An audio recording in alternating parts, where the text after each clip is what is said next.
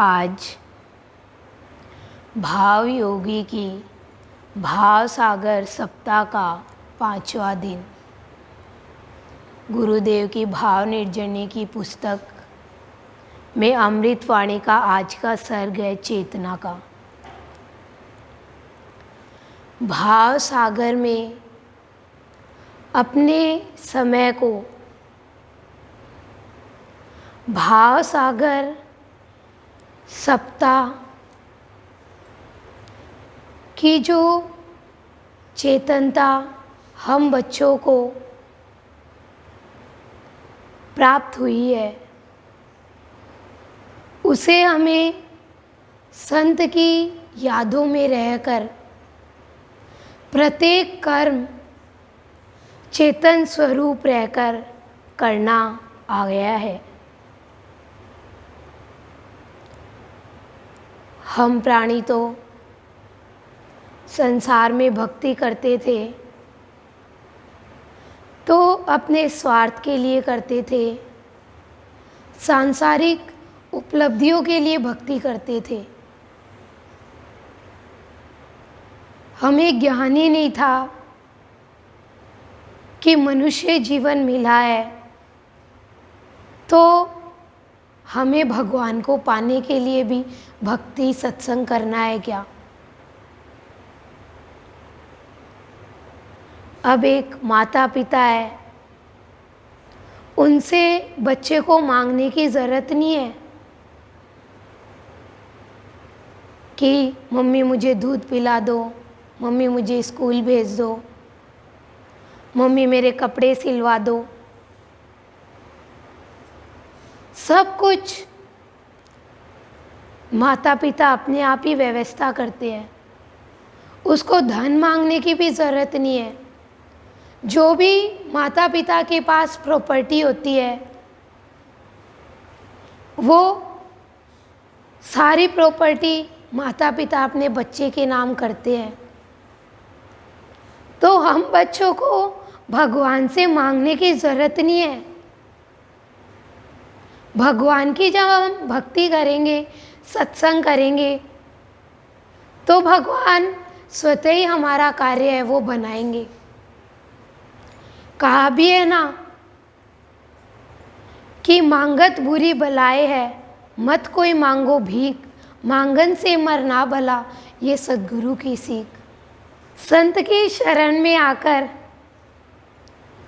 हम बच्चों को संत है वो चेत कराते हैं कि हमें हर कार्य चेत में रह कर के करना है। हर कार्य हमें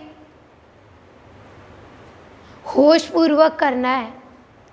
अगर हम अचेत रह कर के कोई भी कार्य करेंगे तो हमसे गलत भी हो सकता है, और हम चेत में रह कर के कोई कार्य करेंगे, होश पूर्वक कार्य करेंगे तो हमसे कोई भी गलत कार्य नहीं होगा।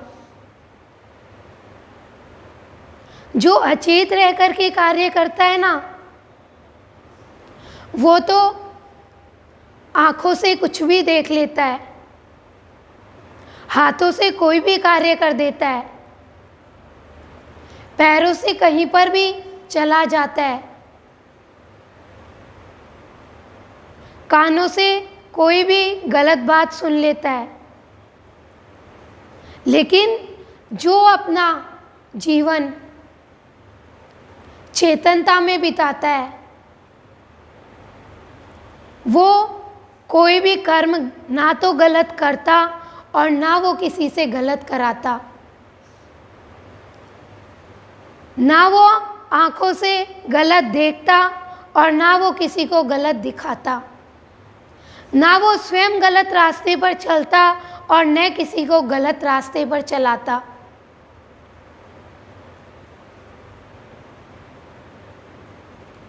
तो संत अपनी शरण में लेकर के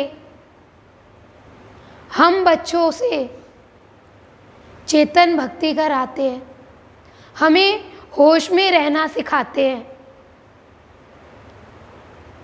संत होते हैं, महापुरुष होते हैं, श्रेष्ठ पुरुष होते हैं, उनके जीवन को देखें हम, वो किसी से भी कोई भी गलत कर्म ना तो होने देते और ना स्वयं करते हैं।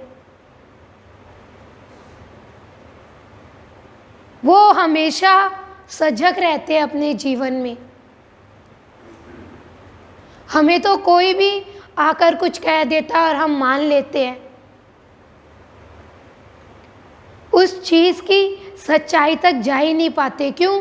क्योंकि होश में जीवन हम नहीं जी रहे हैं, बेहोशी में जीवन जी रहे हैं। अब कोई बेहोशी की हालत में अगर पड़ा हुआ है तो उसके साथ कोई भी गलत काम कर लेगा, कोई भी उसको इधर उधर कर देगा, कोई भी उसके पास में बैठकर कैसी भी बातें कर लेगा।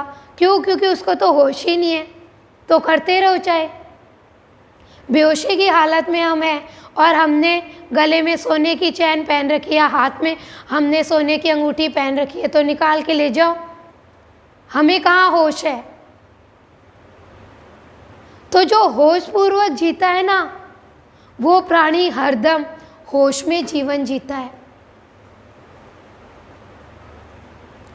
वो प्राणी हमेशा जोश में जीवन जीता है अपना। और जो बेहोशी में जीवन जीता है वो अपना जीवन रोश में जीता है। छोटी छोटी बातें हैं वो उसको क्रोधित कर देती है। और जब प्राणी होश में आएगा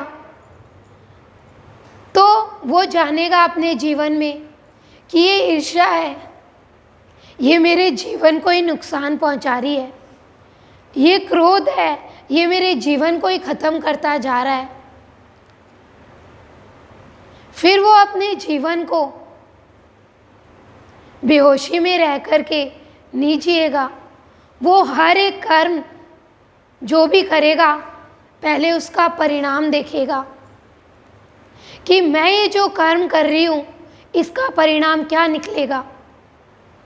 हम बेहोशी में जीवन जीते हैं ना, अचेत होकर के जीवन जीते हैं, जागृति हमारे अंदर में नहीं होती है, तो हम परिणाम नहीं देखते, हम तो कर डालते हैं।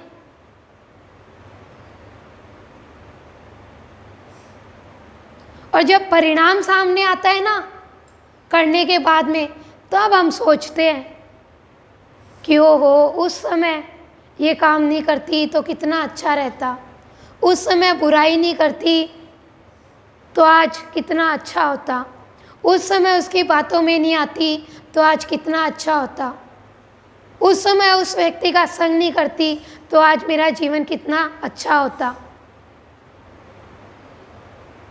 दुर्योधन का जीवन था बेहोशी का जीवन, होश नहीं था उसको कि मैं क्या कर रहा हूँ, मुझे क्या करना है।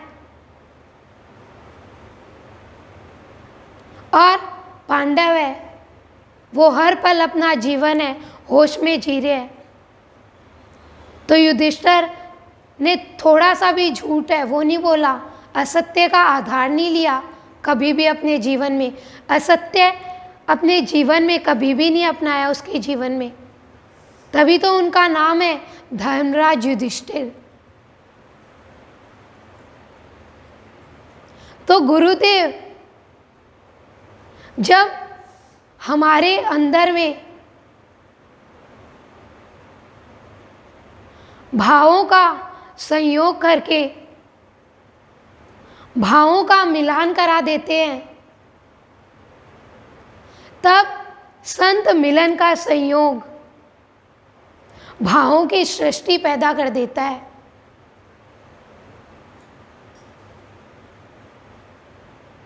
संयोग है, ये बहुत बड़ा संयोग है कि भाव सागर सप्ताह का यहाँ पर आयोजन हो रहा है।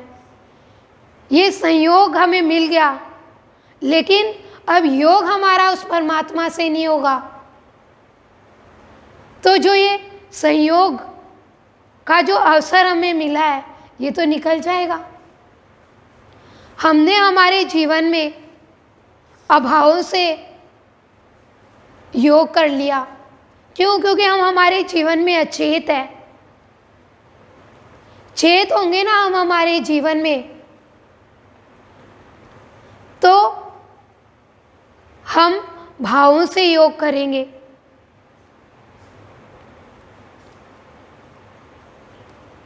अब कोई भाई की बहन है और भाई बहुत पैसे कमा रहा है,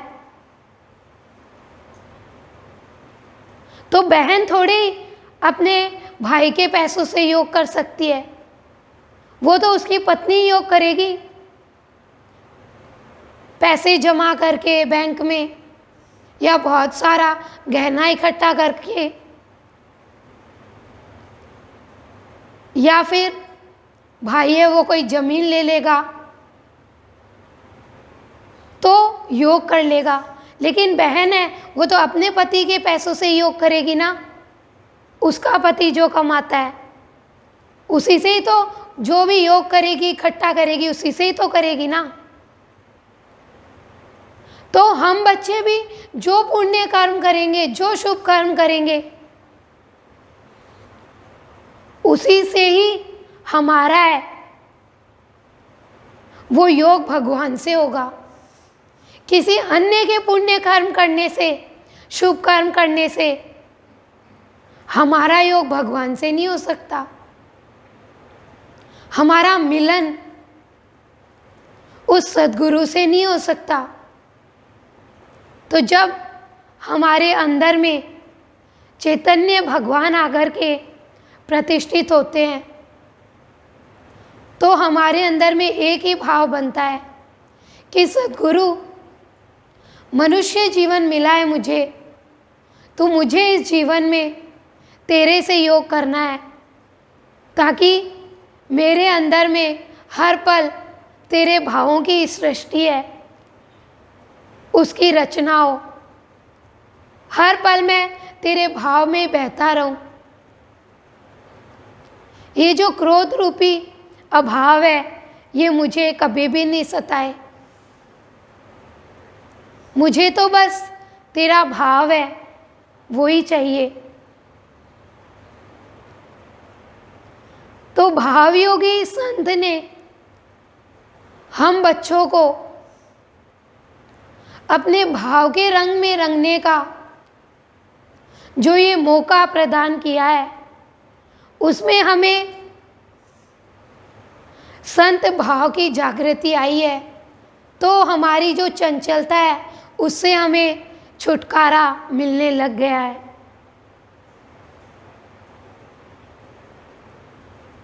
हमारे अंदर में कितनी चंचलता रहती है।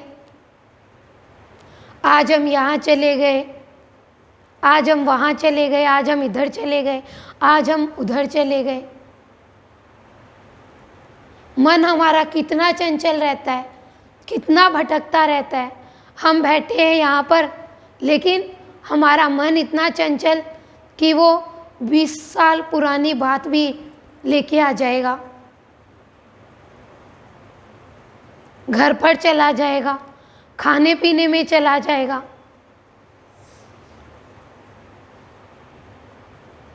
तो चंचलता जब तक प्राणी के अंदर में रहती है ना, तब तक प्राणी है अपना जीवन चैतन्य से नहीं जोड़ पाता, वो अपनी आत्मा से नहीं जुड़ पाता। ये चंचलता ही तो है ना हमारी, कि अब नवरात्र आ रहे हैं तो हम देवी को मान लेंगे, दीपावली आएगी तो लक्ष्मी जी की पूजा कर लेंगे, और कोई त्योहार आएगा तो हम वो त्योहार मनाने लग जाएंगे। चंचलता हमारी खत्म होती है संत शरण में आकर, तब हम एक इष्ट को मान पाते हैं, अपने जीवन को एक इष्ट के चरणों में समर्पित कर पाते हैं।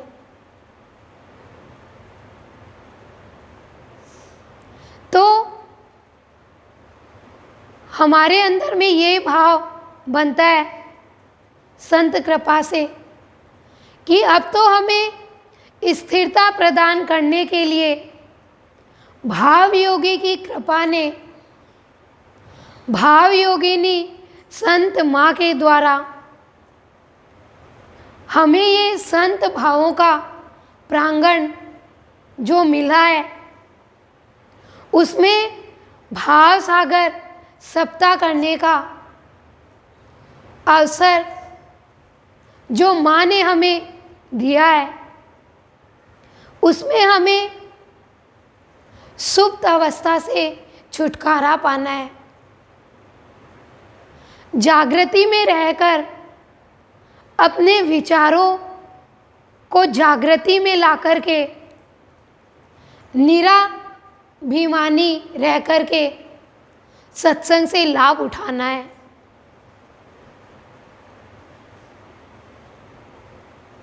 स्थिरता बहुत ज़रूरी है जीवन में, लेकिन वो स्थिरता आएगी जब हमें सद्गुरु का भाव है वो मिलेगा।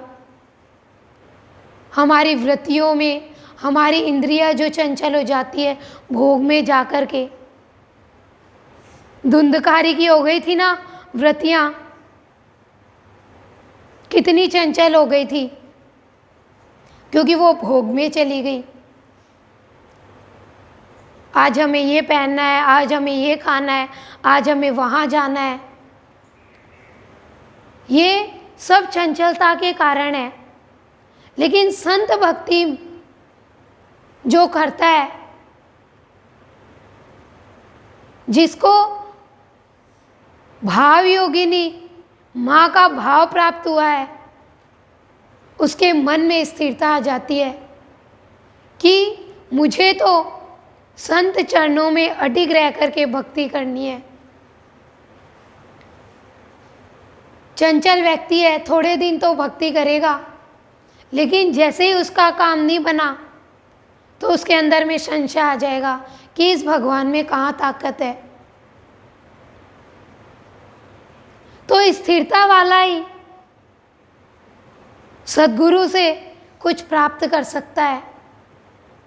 स्थिरता अंदर में नहीं है तो सद्गुरु से हम कुछ भी प्राप्त नहीं कर पाएंगे, हम ले ही नहीं पाएंगे वो चीज़ जो सद्गुरु हमें देना चाह रहे हैं। हम तो साधारण मान लेंगे कि ये तो ऐसे ही कह रहा है।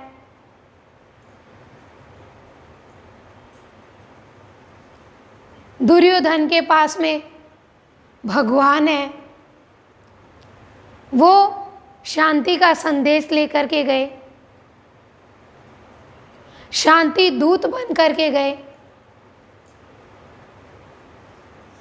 लेकिन उसके अंदर में तो इतनी चंचलता, भगवान ने उसको अपना विराट रूप दिखा दिया, लेकिन फिर भी वो भगवान को नहीं जान पाया।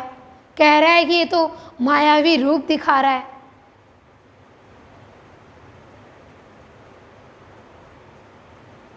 तो जिसके अंदर में चंचलता है वो कभी भी भगवान के रूप को, संत के रूप को पहचान नहीं पाएगा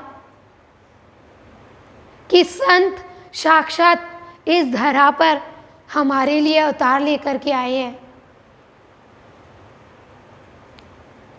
तो संत हम बच्चों को विचारों में सजग रह करके जीवन जीना सिखाते हैं। विचार ही तो है जो हमें सतर्क नहीं रहने देते।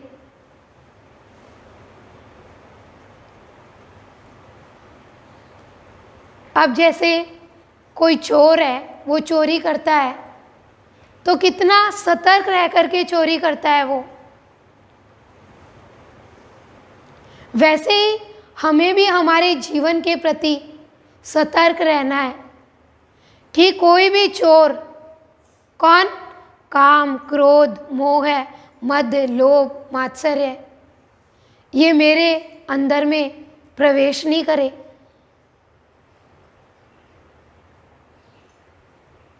हमें हर पल, माँ कहते हैं ना, हर पल अपने जीवन में चौकीदारी करते रहना है कि हमारे अंदर में किसी के प्रति भी बुरा भाव नहीं आए, मेरे से कोई गलत कर्म तो नहीं हो रहा, मेरे से वाणी के द्वारा कोई गलत कर्म तो नहीं हो रहा। ये हर पल हम सजग रहे। सुप्त अवस्था में हमें नहीं रहना है, अब सोए हुए नहीं रहना है, अब हमें जागृत अवस्था में रहना है। और अभिमान नहीं करना। अभिमानी प्राणी है ना, वो सत्संग का लाभ नहीं उठा सकता, वो अपने जीवन से लाभ नहीं उठा सकता। हमें हर चीज से लाभ उठाना आता है कि 5 की चीज है वो 25 में बेच दो, 5 की चीज है वो 100 में बेच दो, लाभ उठा लो। लेकिन सत्संग में आकर के हमें लाभ उठाना क्यों नहीं आ रहा? गुरुदेव से, गुरुदेव के भावों से। क्यों? क्योंकि हम अपना जीवन है वो सजग रहकर नहीं जी रहे हैं। जो मन में आया वो कर दिया, किसी ने कुछ बोल दिया उस रास्ते पर चल पड़े। हमें होश ही नहीं अपने जीवन में कि हम संसार में क्यों आए हैं।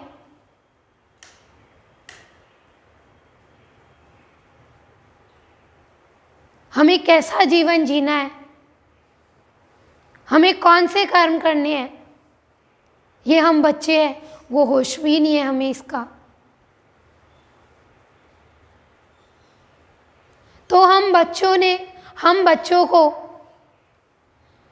भावयोगी संत की कृपा कि हमें भावयोगिनी संत माँ को हमारे जीवन में भेजा। अब हम बच्चों को, हम सबकी जो माँ है, उनके चरणों में कृतज्ञ भाव से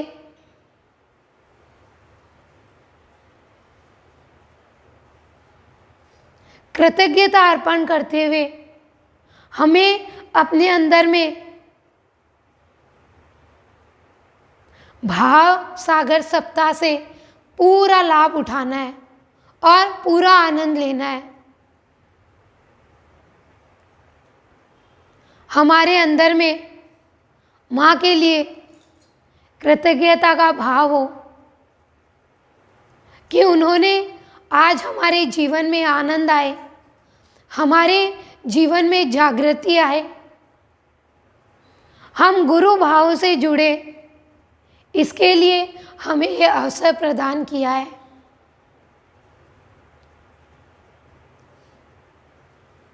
कृतज्ञ भाव नहीं है, कृतज्ञता का भाव है।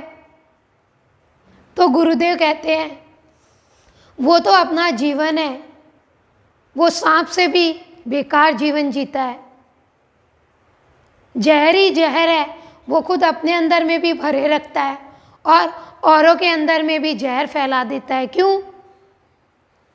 क्योंकि वो खुद अपने अंदर में बुराई भरे रखता है और औरों के अंदर में भी बुराई का भाव भर देता है। अच्छे भाव को भी है ना, कृतज्ञ है, वो बुरे भाव में लेकर के और बुरा भाव है औरों के सामने प्रकट करता रहता है। तो हमारे अंदर में हर पल कृतज्ञता का भाव रहे। क्यों? क्योंकि माँ ने आज कितने ही साल हो गए हम बच्चों को भाव प्रदान कर रहे हैं। दिन रात माँ हमें भाव प्रदान कर रहे हैं गुरुदेव का। सुबह सत्संग में, शाम को सत्संग में, कभी चर्चा के माध्यम से, कभी भजनों के माध्यम, कभी असीम जय जयकार के माध्यम से, तो कभी कृपा के माध्यम से, अनेक रूपों में माँ भाव प्रदान करते हैं हम बच्चों को।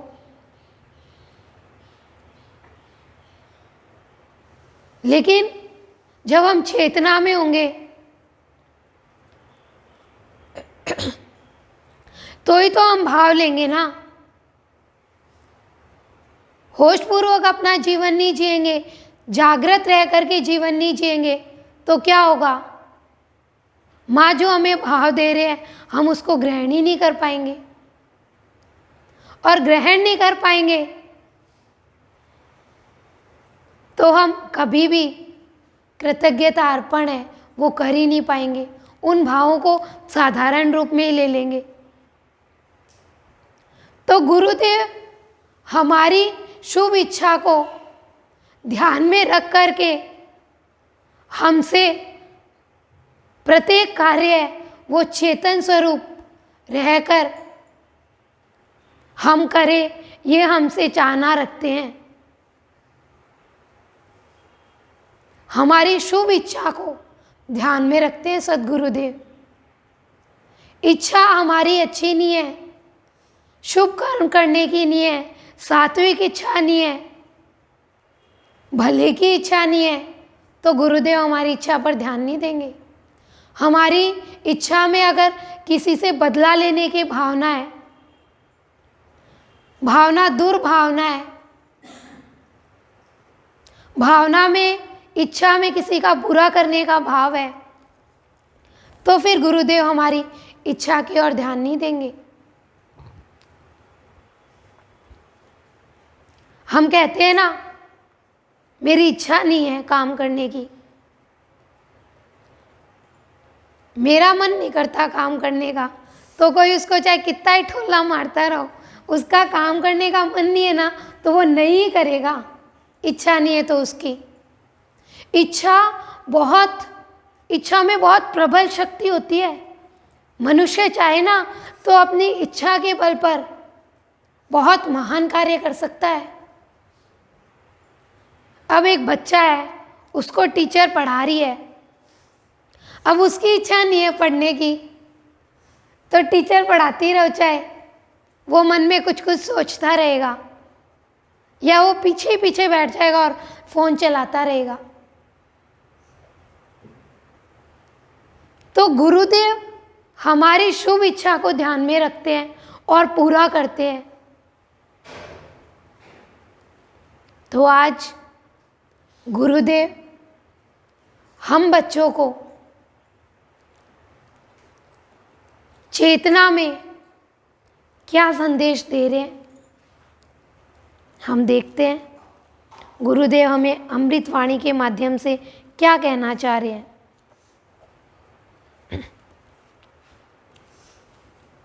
सद्गुरुदेव की चेतना की पहली अमृतवाणी है, भाग्य कहकर भगा जाता है, भाग्य से भागना कैसा, जब स्वयं ही उसका कारण है करता है। अमृतवाणी है सद्गुरुदेव की।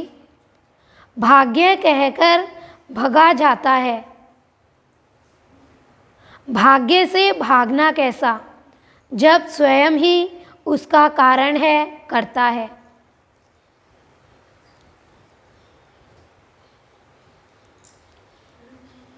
प्राणी कहता है मेरा भाग्य ही खराब है, मेरे भाग्य में तो ये लिखा है, और गुरुदेव कह रहे हैं भाग्य कहकर भगा जाता है। भाग्य से भागना कैसा, कि भाग्य से कैसा भागना, जैसे प्राणी कर्म करता है ना वैसा ही उसका भाग्य बन जाता है। इसमें भगवान का कोई दोष नहीं है। हम कह देते हैं कि मेरे भाग्य में तो ये लिखा है, मेरा तो भाग्य ही अच्छा नहीं है। कई प्राणी क्या करते हैं, भाग्य का नाम लेकर के बैठे रहते हैं और कोई कार्य नहीं करते हैं। लेकिन भगवान कहते हैं कि आज अगर हमारा भाग्य खराब भी है, तो अगर हम अच्छे कर्म करेंगे, शुभ कर्म करेंगे, सात्विक कर्म करेंगे, सबका भला करेंगे, तो क्या होगा? जो हमारे भाग्य में खराब भी लिखा है ना, वो हमारा भाग्य है, वो बहुत अच्छा बन जाएगा। और अगर हम अशुभ कर्म कर रहे हैं, किसी का बुरा कर रहे हैं, किसी का जीवन खराब कर रहे हैं, किसी की गृहस्थी उजाड़ रहे हैं, किसी के जीवन में व्यवधान पैदा कर रहे हैं, तो हमारा अच्छा भाग्य भी बुरे भाग्य में बदल जाएगा। सुदामा जी ने क्या किया था? बचपन में कृष्ण भगवान के को जो चने मिले वो खा लिए, तो उन्होंने जाना कि कारण और कर्ता मैं ही हूँ। आज मेरे ही कारण से मेरा भाग्य ऐसा बन गया कि मेरे जीवन में गरीबी है। तो उन्होंने कभी भी भाग्य को दोष नहीं दिया और अपने जीवन में अच्छे कर्म करते चले गए, भक्ति करते चले गए भगवान की, और एक दिन अपने जीवन को कितना अच्छा बना लिया उन्होंने। तो भगवान कहते हैं, मैं तो तुम्हें जो तुम कर्म करते हो ना, उसका फल देता हूं। जैसा हम कर्म करेंगे सद्गुरु हमें वैसा ही फल दे देंगे। तो जब हम अपने कर्मों की ओर ध्यान देंगे, तो हम देखेंगे कि चाहे हम कहीं भी भागने की कोशिश कर लें भाग्य से, वो कर्म तो हमारे पीछे पीछे ही चलते जाएंगे। सबरी पहले के जन्म में बहुत सुंदर अप्सरा थी। उसका पति जब भक्ति करता ना, तो वो उसमें बहुत अड़चने पैदा करती, बहुत व्यवधान पैदा करती। तो क्या हुआ? अगला जब उसका जन्म हुआ, तब वो सबरी बनी और भगवान की भक्ति में उसकी इतनी अड़चन आई, और उसको जो सुंदर रूप मिला था वो भी उसको रूप सुंदर नहीं मिला। सबरी का जब उसको जन्म मिला था, तो हम प्राणी गलत कर्म करके खुद ही अपना भाग्य फोड़ लेते हैं, खुद ही अपना भाग्य है ना वो खराब कर लेते हैं। आज ये कर्मों का ही सारा खेल है कि कोई गरीब है, कोई अमीर है, किसी का पति छोटी उम्र में चला जाता है, किसी का बच्चा छोटी उम्र में चला जाता है। तो ये सब कर्मों का है। तो गुरुदेव कह रहे हैं, भाग्य कहकर भगा जाता है। भाग्य से भागना कैसा, जब स्वयं ही उसका कारण है, करता है। सद्गुरुदेव की शरण में आकर पता चला कि जितना जितना हम सत्संग करते जाएंगे, उतने उतने हमारे बुरे कर्म हैं वो कटते जाएंगे और हमारा भाग्य है वो सुंदर बनता जाएगा। आज हम सद्गुरु की शरण में आकर ये कह देते हैं कि मेरा भाग्य तो बहुत अच्छा है कि मुझे सद्गुरु की शरण मिल गई। रेख की मेख सद्गुरु है, वो मेरी मिटा देगा। लेकिन ऐसे कैसे मिटा देगा सद्गुरु रेख की मेख? ऐसे कैसे हमारे सत्संग करने से है वो प्रारब्ध कट जाएंगे? जब हम सत्संग करके भी अच्छे कर्म नहीं करेंगे, तो सत्संग हम श्रद्धा के साथ नहीं करेंगे, तो अब एक बच्चा है वो पढ़ेगा ही नहीं, तो उसका रिजल्ट कैसे अच्छा आ जाएगा? अब हम सत्संग करेंगे ही नहीं, भक्ति करेंगे ही नहीं, शुभ कर्म करेंगे ही नहीं, सात्विक कर्म करेंगे ही नहीं, पुण्य कर्म करेंगे ही नहीं, तो कैसे हमारा जो जीवन है वो सुंदर बनेगा। केकई अगर मंथरा की बातों में नहीं आती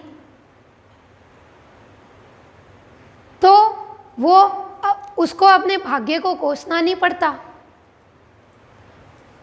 वो चेतन रह करके अपना जीवन जीती तो वो पहचानती कि मंथरा की बातों में आकर के मैं खुद भी अपना जीवन है दुखमय बनाऊंगी और औरों का जीवन भी दुखमय बनाऊंगी। लेकिन उसने ध्यान नहीं दिया और उसने खराब कर्म कर दिया। भगवान राम को वनवास भेज दिया उसने और खुद ही अपने भाग्य को खराब कर लिया।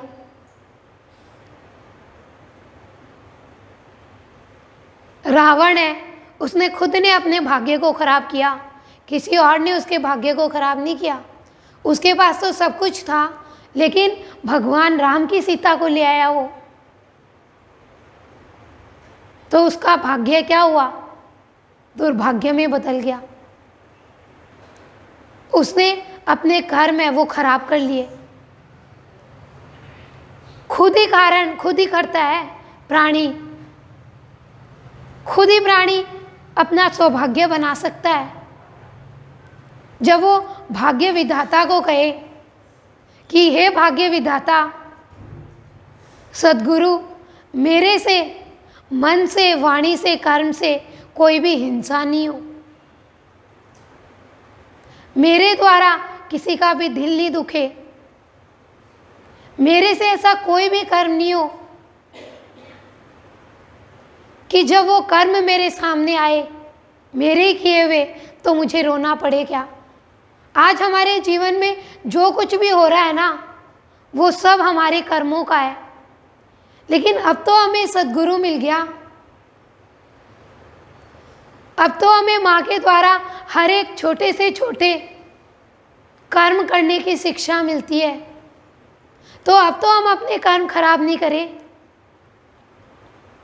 जो हमसे कर्म खराब हुए वो हुए, लेकिन अब हमें हमारा जीवन है अच्छा कर्म करके इसको सुंदर बनाना है। तो अमृत वाणी है सद्गुरुदेव की, भाग्य कहकर भगा जाता है, भाग्य से भागना कैसा जब स्वयं ही उसका कारण है, करता है।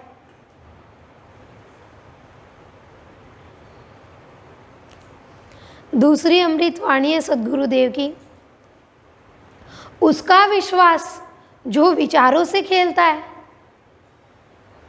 गुरुदेव कह रहे हैं उसका विश्वास, प्रश्न कर रहे हैं, जो विचारों से खेलता है। फिर आगे की अमृत वाणी भी इसी से जुड़ी हुई है, विश्वास शरीर का भी नहीं, फिर उसी का जिसने विश्व बनाया, विश्वास बनाया, विचार बनाया। गुरुदेव अमृतवाणी में भाव दे रहे हैं कि हम प्राणी किसका विश्वास करते हैं? जो हमारे विचारों से खेलते हैं उनका विश्वास करते हैं, उस भगवान का विश्वास नहीं करते, उस विश्व बनाने वाले का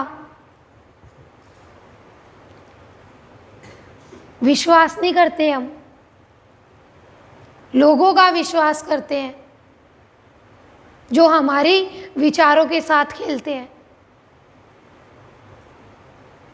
किसी के विचार बहुत शुद्ध होते हैं ना, बहुत अच्छे होते हैं, तो लोग क्या करते हैं, उनके साथ खेल खेलते हैं। तो क्या हम कोई खिलौना थोड़ी है कि कोई भी हमारे विचारों के साथ में खेल ले, कोई भी हमें धोखा दे दे, कोई भी हमें पागल बना दे। संत का जो बच्चा होता है वो ना तो किसी को धोखा देता है और ना वो धोखा खाता है। विचार है ना, प्राणी उसी से महान बनता है। हम कहते हैं ना, इसकी थॉट प्रोसेस अच्छी नहीं है, इसके विचार अच्छे नहीं है। तो गुरुदेव कह रहे हैं विश्वास शरीर का भी नहीं, शरीर का भी कोई विश्वास नहीं है कि कब ये धोखा दे दे। मुझे तो धोखा दे ही दिया ना मेरे ही शरीर ने कि मुझे जयपुर पहुंचा दिया। मुझे विश्वास थोड़ी था कि मैं ऐसे आईसीयू में भर्ती हो जाऊंगी और ऐसे ऐसे मेरा जीवन है वो मृत्यु के इतना करीब आ जाएगा। लेकिन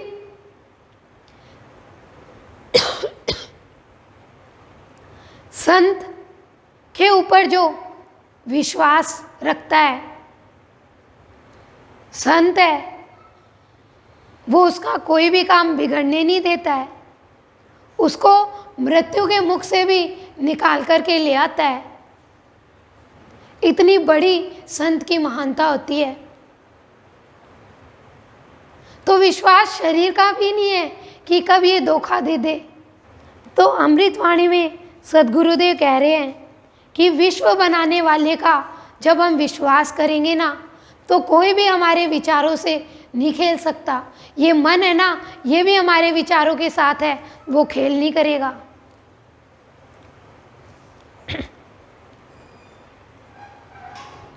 आगे अमृतवाणी है सद्गुरुदेव की। यह बुद्धि मुझे हंसने नहीं देती, यह मन मुझे शांत कब होने देता है, ये विचार मुझे तरसाते हैं, ये साधन मेरा धन भी पहचानने नहीं देते, इसीलिए परेशान और भगवान होता हुआ भी अपने को इंसान ही समझता हूँ। गुरुदेव अमृतवाणी में कह रहे हैं कि यह बुद्धि मुझे हंसने नहीं देती। ये बुद्धि है ना, यही प्राणी को रुलाती रहती है। क्यों? क्योंकि बुद्धि के कारण प्राणी है वो लाभ हानि में चला गया। अब उसके जीवन में लाभ हो गया तो वो हंसता रहेगा, और थोड़ी सी भी हानि हो गई, नुकसान हो गया तो वो रोने लग जाएगा। फिर आगे कह रहे हैं कि यह मन मुझे शांत कब होने देता है, कि ये मन है ना प्राणी का, ये उसको कभी भी शांत नहीं रहने देता। मन के अंदर में तो आ जाता है ना हमारे अंदर में कि देख उस समय उसने तेरे को ये कहा था, आज समय आया है ना तो इससे बदला लेना है। मन ही तो याद दिलाता है हमें कि उसने तेरे साथ ऐसा व्यवहार किया, तो आज ऊँट पहाड़ के नीचे तू भी इसके साथ में ऐसा कर ले। अनेक तरह के मन है वो हमारे गुरुदेव ने बताए हैं। मन नकारात्मकता में चला गया तो वो क्या होगा, वो हर एक चीज़ में नकारात्मक भाव लेगा। मन में सकारात्मक भाव है तो वो हर एक चीज़ में सकारात्मक भाव लेगा। मन हमारा तामसिक है तो हम लड़ाई झगड़ा करेंगे और करवाएंगे। मन हमारा सात्विक है तो वो कहेगा कि तुझे गुरु भक्ति करके, गुरु का भजन करके, मन को भक्ति में लगा करके अपने जीवन को सजाना है, अपने जीवन में सत्कर्म करने हैं। तो कह रहे ये विचार मुझे तरसाते हैं कि प्राणी के विचार है ना, वही उसको छोटी छोटी चीज़ के लिए तरसाते रहते हैं, परेशान करते रहते हैं। विचार अगर अच्छे हो तो वो कभी भी तरसाएंगे नहीं। ये हमारे गुरुदेव की भाव निर्जनी के विचार ही तो है जो हमारे अंदर की परेशानियों को ख़त्म करते हैं। क्यों? क्योंकि ये महान विचार है, ये श्रेष्ठ विचार है। ये वो विचार नहीं है जो हमें तरसाए, क्या हमारी तरस को ख़त्म करते हैं ये विचार। तो कह रही है साधन मेरा धन भी पहचानने नहीं देते कि भगवान बाहर में ये जो साधन है ना, ये मेरे को धन ही नहीं पहचानने देते। मैं पैसे में ही लगा रहता हूँ कि कैसे पैसों की बढ़ोतरी करूँ, कैसे मैं धन कमाऊँ। तो गुरुदेव कह रहे हैं ये बुद्धि, मन और विचार, ये 3 साधन हमें मिले हैं, और जब ये हमारे अच्छे हो जाएंगे ना, तो ये हमें कभी भी परेशान नहीं करेंगे। ये हमें हमारे स्वरूप की जानकारी कराएंगे कि मैं तो भगवान का ही स्वरूप हूँ, मेरा स्वभाव तो भगवान के जैसा स्वभाव है। मन, बुद्धि और विचार, इन साधन के कारण हम भगवान को नहीं पहचान पाते। अब जैसे हमें एक स्थान से दूसरे स्थान जाना है तो हमें साधन की ज़रूरत होती है, तो वैसे ही ये साधन हमारे अच्छे होंगे ना, शुद्ध होंगे, पवित्र होंगे, निर्मल होंगे, तो ये हमें पहचान करवाएंगे कि मेरा जो रूप है वो भगवान का जैसा ही रूप है। फिर वो हर एक प्राणी में भगवान के रूप को देखेगा। माँ हमें कितनी बार कहते हैं कि हम अपना ही रूप सबको मान करके चले, कि आज भजन कोई यहाँ पे स्टेज पे गा भी रहा है तो हम यही मान के चले कि मैं ही भजन गा रही हूँ। आज कोई अच्छा कार्य कर रहा है, हमसे आगे बढ़ रहा है, तो हम यही मान के चले कि मैं ही आगे बढ़ रही हूँ। तो फिर क्या होगा?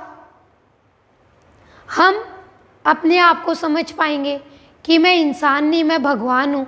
लेकिन मन के कारण, बुद्धि खराब होने के कारण, मन मलिन होने के कारण, विचार हमारे खराब होने के कारण हम आज इंसान बनकर रह गए।